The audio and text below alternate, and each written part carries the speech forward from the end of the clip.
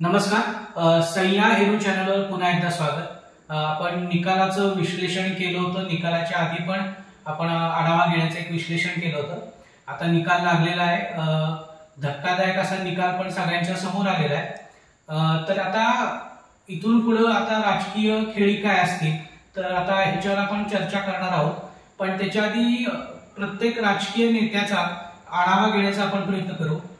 कारण की ह्या इलेक्शन मध्ये अशी चर्चा होती की अजितदादांनी पक्ष फोडला, त्यामुळं शरद पवारांचा पक्ष फोडला, त्यामुळं ह्या निवडणुकीत अजितदादांचं अस्तित्व धोक्यात येईल अशी बऱ्याच ठिकाणी चर्चा होती की अजितदादांना पुढे उपमुख्यमंत्रीपद बघायला सुद्धा मिळणार नाही, त्यांचे पक्षातील जास्त लोक निवडून पण येणार नाही अशी प्रचंड चर्चा महाराष्ट्रात होती. तर सुरुवात आपण इथून करूया की अजितदादांचा जो आतापर्यंतचा राजकीय प्रवास आहे तो कशा पद्धतीने आहे.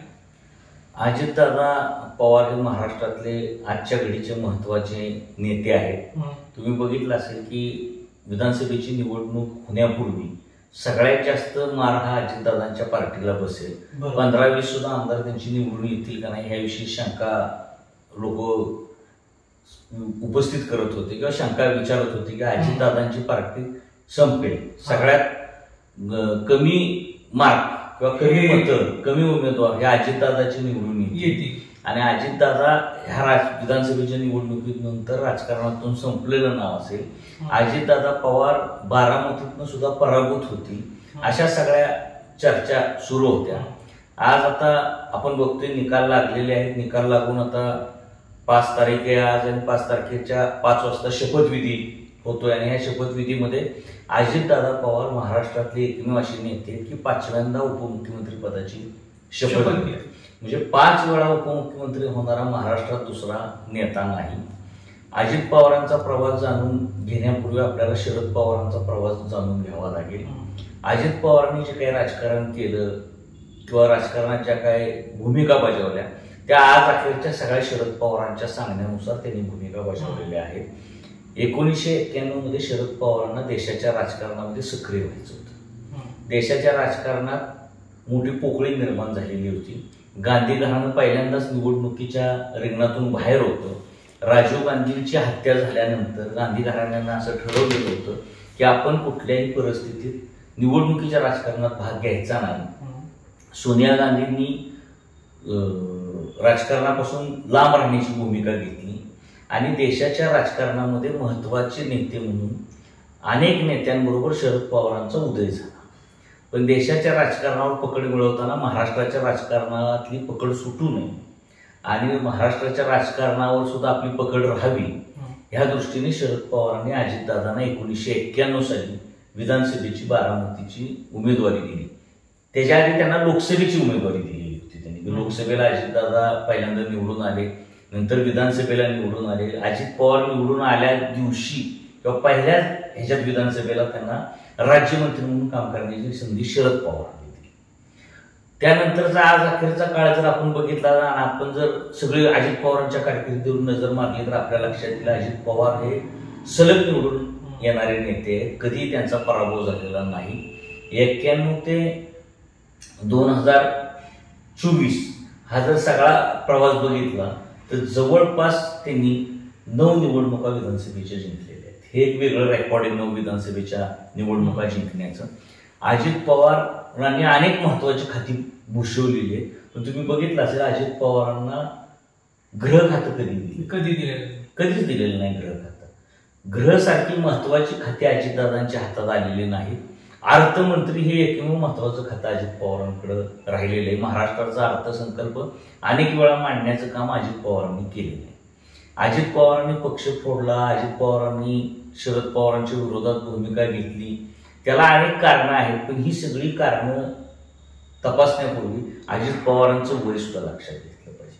अजित पवार आज 65 वर्षाचे, 66वं वर्ष त्यांना चालू आहे आणि 5 वेळा उपमुख्यमंत्री झालेल्या माणसाला कधीतरी मुख्यमंत्री व्हावं ही महत्वाकांक्षा असते. महाराष्ट्राच्या राजकारणात नरेंद्र नंतर आता देशात नरेंद्र, राज्यात देवेंद्र अशा घोषणा झाल्या. उद्धव ठाकरे मुख्यमंत्रीपदाचा चेहरा लावून घोषणा झाल्या, पण कधी महाराष्ट्राच्या राजकारणात अजित पवार मुख्यमंत्री होतील अशी घोषणा कधी राष्ट्रवादी काँग्रेसने केली नाही, कधी शरद पवारांनी केली नाही. एका नेतृत्वाची उंची वाढवण्याचं काम कधी शरद पवारांनी केलं नाही. आपलं राजकारण सांभाळायचं होतं, आपला राजकारणाचा वारसा जिवंत ठेवायचा. महाराष्ट्रातलं राजकारण अजित पवारांनी करावं, म्हणजे मी देशाचं राजकारण करायला मोकळं होईल, आपल्या घरातला हक्काचा माणूस असा म्हणून अजितदादांना त्यांनी राजकारणात आणलं. परंतु कधी कधी माणसाला आपली स्वप्न सुद्धा पडत असतात की अजित पवारांना ते स्वप्न पडलं महाराष्ट्राचं मुख्यमंत्री व्हायचं 2004 साली, ज्यावेळेस राष्ट्रवादी पहिल्यांदा महाराष्ट्रातल्या सर्वाधिक जागा जिंकलेला पक्ष होता. आणि अजित पवारांनी अनेक टीव्ही चॅनलला मुलाखती दिल्या की मी मुख्यमंत्री पदासाठी तयार आहे. शरद पवारांनी त्यांना मुख्यमंत्री होऊ दिलं. कदाचित शरद पवारांनी त्यावेळेस अजित पवारांना मुख्यमंत्री केलं असतं तर महाराष्ट्राचं राजकारण पूर्णपणे बदललं असतं. कारण अजित पवारांच्यात काही दोष आहेत, निश्चित आहेत, परंतु गुण सुद्धा जबरदस्त आहे. म्हणजे अजित पवार पहाटे 6 वाजता उठून साईट व्हिजिट पासून फायली तपासण्यापासून सगळी कामं करतात. प्रचंड त्यांचा प्रशासनावर प्रभाव आहे. लोकांची कामं करण्यात, धाडसी निर्णय घेण्यात त्यांचा हातखंडा आहे.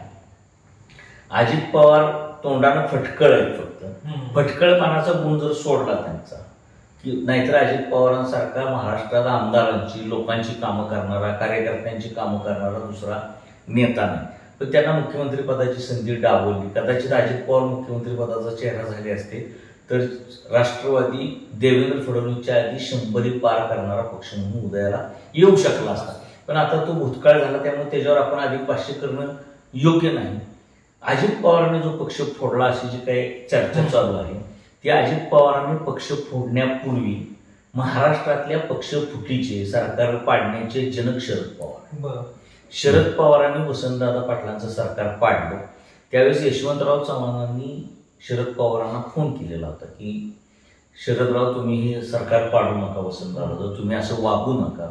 पण शरद पवारांनी ते ऐकलं नाही आणि शरद पवारांनी वसंतदादांचं सरकार पाडलं. शरद पवारांनी वसंतदादांचं सरकार पाडल्यानंतर शरद पवार त्यावेळेच्या जनसंघाच्या पाठिंब्यावर मुख्यमंत्री झाले. म्हणजे भाजप बरोबर जाणं ही काही अजितदादांसाठी पहिल्यांदा घडलेली गोष्ट नव्हती. शरद पवारांचा इतिहास अनेक वेळा भाजपला वेगवेगळ्या मुद्द्यावर साथ देण्याचा राहिलेला आहे. 2014ची निवडणूक तुम्ही बघितली असेल तर देवेंद्र फडणवीसांच्या नेतृत्वाखाली भाजपनं 118च्या आसपास जागा जिंकलेल्या होत्या. आणि शरद पवारांनी राष्ट्रवादीच्या प्रमुख नेत्यांना निरोप दिला की तुम्ही ताबडतोब प्रेस कॉन्फरन्स घ्या किंवा मीडियासमोर जाऊन सांगा की स्थिर सरकारसाठी देवेंद्र फडणवीसांना किंवा भाजपला आमचा पाठिंबा. शरद पवारांनी भाजपला त्यांना वाटेल त्यावेळेस पाठिंबा दिलेला आहे, सोयीच्या भूमिका घेतलेल्या आहेत. आणि त्या सोयीच्या भूमिका अजित पवारांना कधीच घेता आलेल्या नव्हत्या. अजित पवार जवळपास 35 वर्ष राजकारणातले, त्यातले 32 वर्ष शरद पवारांनी जी भूमिका सांगितली, शरद पवारांनी जो निर्णय दिला तो निर्णय मान्य करून अजित पवारांनी काम केले. अजित पवार राजकारणात आले शरद पवारांच्या इच्छेनुसार आले, स्वतःच्या इच्छेनुसार आले नाही. 32 वर्ष राजकारण केलं, शरद पवारांच्या इच्छेनुसार राजकारण केलं. पण कधीतरी मी सुद्धा स्वयंभू नेता व्हावं असं अजित पवार सारख्या नेत्याला वाटणं स्वाभाविक आहे. तुम्ही बघा धनंजय मुंडे, गोपीनाथ मुंडेंची, त्यांनी धनंजय मुंडेंनी बंड केलं. धनंजय मुंडेंनी फार मोठ्या मंत्रिपदावर महाराष्ट्राच्या नेतृत्वावर कधी काम केलं नव्हतं, तरी त्यांनी गोपीनाथ मुंडेंना आव्हान दिलं. बाळासाहेब ठाकरेंनी आपला वारस उद्धव ठाकरेच्या रूपाने नेमला, राज ठाकरेंना पटलं नाही, राज ठाकरेंनी बंड केलं. मग अजित पवारांनी केलेलं बंड असं इतकं चर्चेला यावं, अजित पवारांनी फार गंभीर चूक केली, म्हणजे महाराष्ट्रात देशाच्या राजकारणात कधीच अशा चुका झाल्या नाहीत असं इतकं वातावरण देशाचं अजित पवारांच्या विरोधात महाराष्ट्रात तयार करण्यात आलं. पण अजित पवार हे अत्यंत हुशार राजकारणी आहेत. अजित पवारांनी तुम्ही बघा शरद पवारांच्या राजकारणाचा अंश काही प्रकारे आपल्या राजकीय भूमिकेत उचललेला आहे. त्यांनी कटेंगे तो बटेंगे किंवा बटेंगे तो कटेंगे ह्या भूमिकेला समर्थन दिलेलं नाही. त्यांनी मुस्लिम समाजाचं जे मतदान आहे ते आपल्याकडे खेचण्याचा प्रयत्न केला आणि आपली एक स्वतःची वोट बँक तयार करण्याची भूमिका अजित पवारांनी घेतलेली आहे. अजित पवारांनी निर्णायक भूमिका घेऊन देवेंद्र फडणवीस आणि एकनाथ शिंदेच्या सत्तेमध्ये प्रवेश केला. 2 वर्षापूर्वी अशी परिस्थिती होती, ज्यावेळेस अजित पवार ह्या सत्तेत आले 1.5 वर्षापूर्वी, त्यावेळेस एकनाथ शिंदे हे मोठे किंग आणि किंग मेकर होते. आणि आजचा निकाल लागल्यानंतर अजित पवार किंग आणि किंग मेकर झाले. म्हणजे अजित पवारांनी निवडणुकीचा निकाल लागल्यानंतर देवेंद्र फडणवीस घेतील तो निर्णय आम्हाला मान्य आहे आणि सगळ्यात मोठ्या पक्षाचा मुख्यमंत्री झाला पाहिजे अशी भूमिका करून किंवा अशी भूमिका घेऊन त्यांनी देवेंद्र फडणवीसांना पाठिंबा तर दिलाच किंवा भाजपला अनुकूल असं राजकीय भूमिका आपली घेतली आणि एकनाथ शिंदेना त्यांनी मोठ्या प्रमाणावर शह दिला. ह्याच्यामागे 1.5 वर्ष एकनाथ शिंदेने अजित पवारांवर ज्या काही कुरघोड्या केल्या मुख्यमंत्री असताना त्याचा वचपा तर काढायचाच होता. पण शरद पवारांनी तसं 2014ला देवेंद्र फडणवीस आणि भाजपला पाठिंबा दिला होता. निवडणुकीचा निकाल लागताच तेच अजित पवारांनी केलेले. अजित पवार हे शरद पवारांच्या मुशीतून तयार झालेले आहेत. अजित पवार कधी तुम्हाला असं वाटलं होतं की दिल्लीत प्रेस कॉन्फरन्स करतील आणि दिल्लीच्या विधानसभा निवडणुका आमचा पक्ष लढवेल? अजित पवारांना जर ह्यापूर्वी शरद पवारांनी वाव दिला असता तर कदाचित अजित पवार राष्ट्रीय राजकारणात सुद्धा नेते झालेले आपल्याला पाहायला मिळाले असते.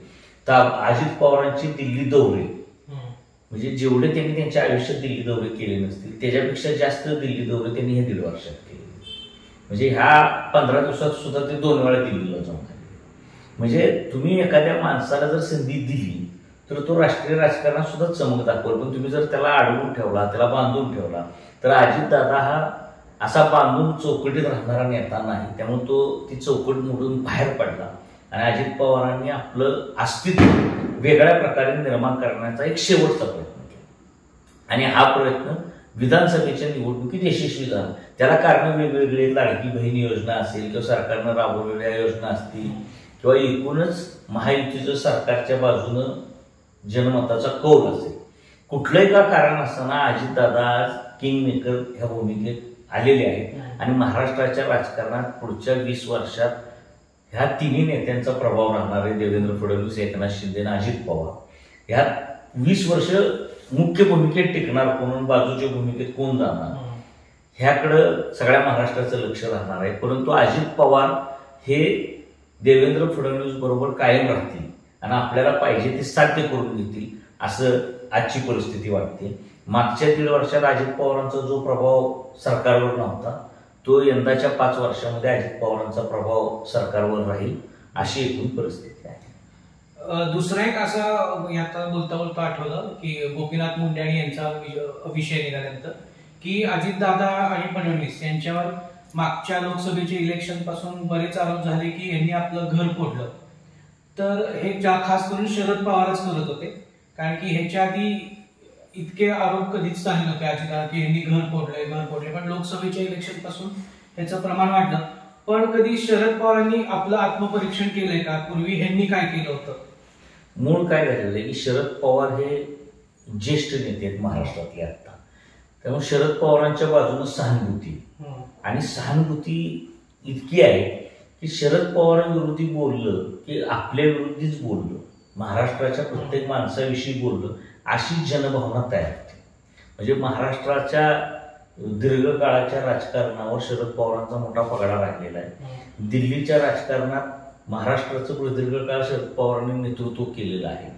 त्यामुळं शरद पवारांविषयी टीका टिप्पणी झाली की महाराष्ट्राची जनता भावनिक होती. पण मूळ शरद पवारांनी अनेक पक्षामध्ये म्हणजे ज्यावेळी छगन भुजबळ शिवसेनेनं बाहेर पडले तर बघितलं असेल शरद पवारांच्या पाठीवरच भुजबळ बाहेर पडले होते. म्हणजे शिवसेना फोडण्यामध्ये शरद पवारांचा रोल महत्वाचा होता.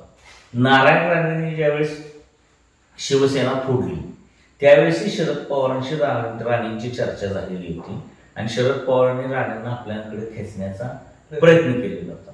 त्यामुळे शरद पवारांनी फोडाफोडीचं राजकारण केलंच नाही. शरद पवार तत्वानी वागले आणि अजित पवार तेवढे तत्व सोडून वागतायत अशा म्हणण्याला काही अर्थ नाही.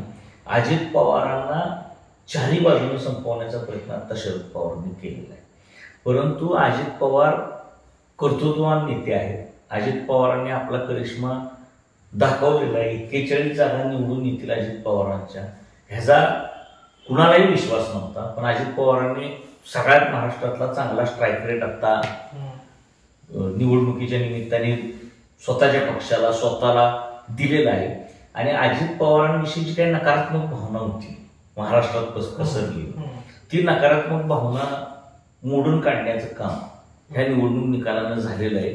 अजित पवारांना पुढच्या 20 वर्षाचा काळ हा अत्यंत चांगला असेल असं आत्ता त्यांची पावलं पडलेली आणि स्वयंभू नेतृत्व म्हणून आत्ताशी अजित पवार प्रकाशित झालेले आहे.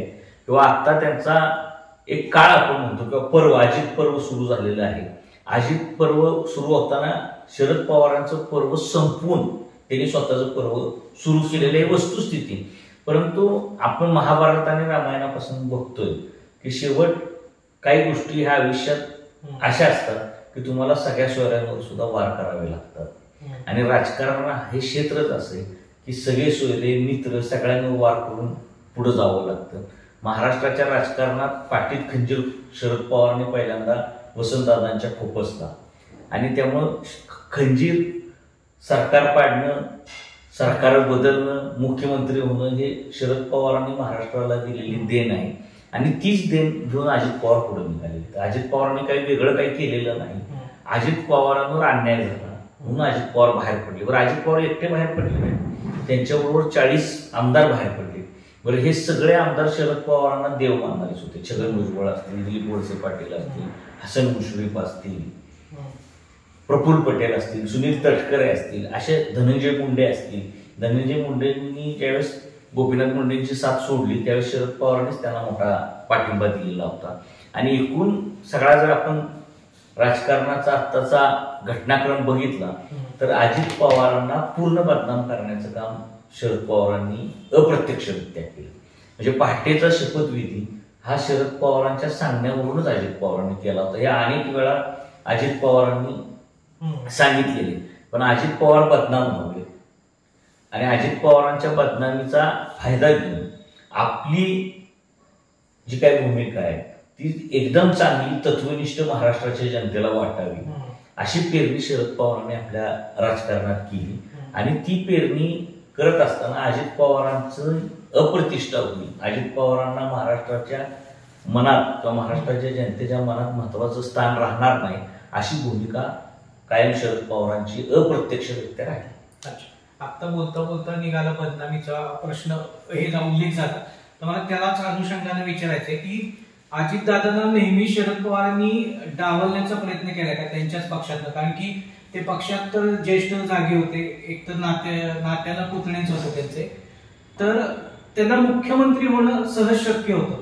पण ते जर मुख्यमंत्री झाले तर सुप्रियाताईंची ताकद महाराष्ट्रातली कमी होईल असं शरद पवारांना वाटत होतं का? जेणेकरून की आपला पक्ष पुढे सुप्रियाताईंच्याच हातात राहावा, अजितदादांच्या हातात जाऊ नये, नाहीतर मग आपल्या घराची जी ताकद आहे ती कमी होईल अशी त्यांना चिंता होती का? बघा, जे काही आपण बघतोय पुत्रप्रेमापोटीच सगळं राजकारण घडत असतं. म्हणजे भरताला गादीवर बसवायचं म्हणून रामाला वनवासाचा, तसं सुप्रियाताईंना आपला वारस नेमायचा शरद पवारांचा अप्रत्यक्षरित्या प्रयत्न होता. कारण शरद पवारांचा जर आपण अनुभव बघितला तर ते दाखवतात एका रस्त्याला जाणारे जातात दुसऱ्या रस्त्याला, म्हणून कात्रजचा घाट दाखवणे ही एक मोहीम प्रचलित झाली. शरद पवारांनी दाखवला कात्रजचा घाट. तर कात्रजचा घाट हा शरद पवारांशी संबंधित म्हण आहे. तसा अजित पवारांना कात्रजचा घाट दाखवून सुप्रियाताईंचं नेतृत्व इस्टॅब्लिश करणं किंवा तिचं स्थिर स्थावर करणं आणि अख्खा पक्ष सुप्रियाताईंच्या हातात देणं हे शरद पवारांच्या राजकारणाचा भाग होता.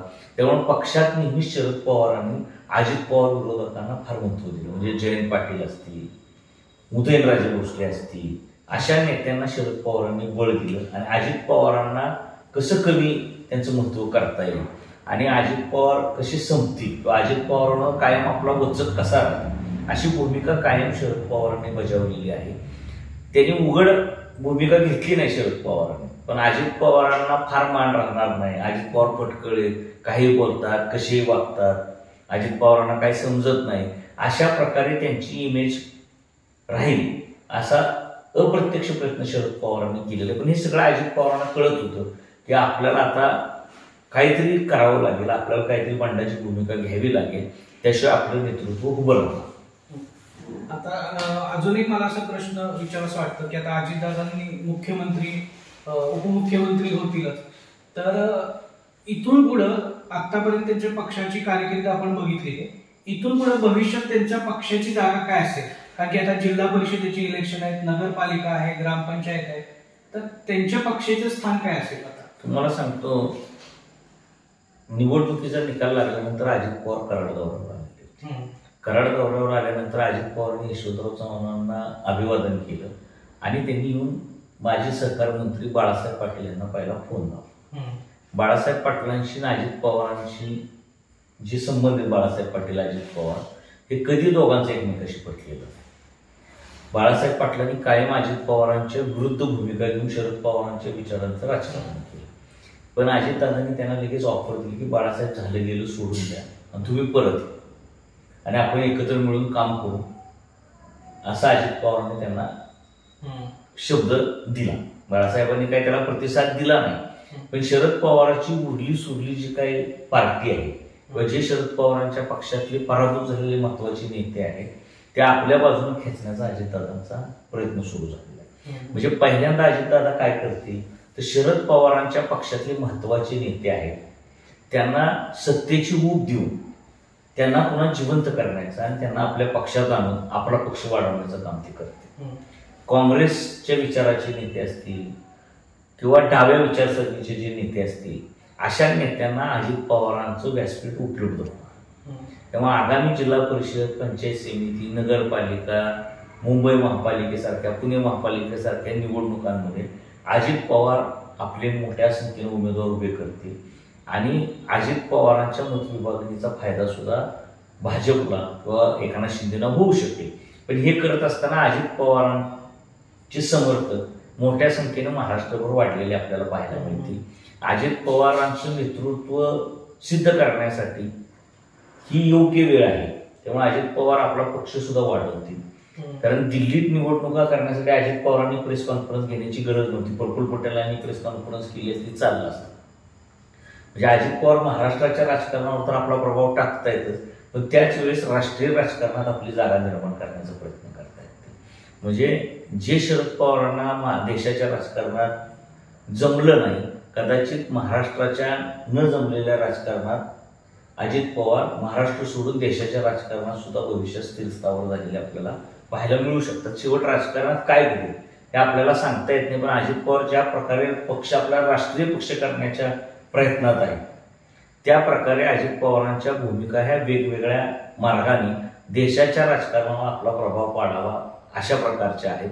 आणि त्यामुळे अजित पवारांना जर ह्या निवडणुकीत 41 आमदार निवडून आले नसते, अजित पवारांचे 10-15 आमदार निवडून आले असते किंवा महायुतीचं सरकार आलं नसतं तर कदाचित अजित पवारांच्या राजकारणाचा ऱ्हास झाला असता. अजित पवार राजकारणातनं संपले असते असं म्हणता येणार नाही, पण त्यांना उतरती काळ लागली असते.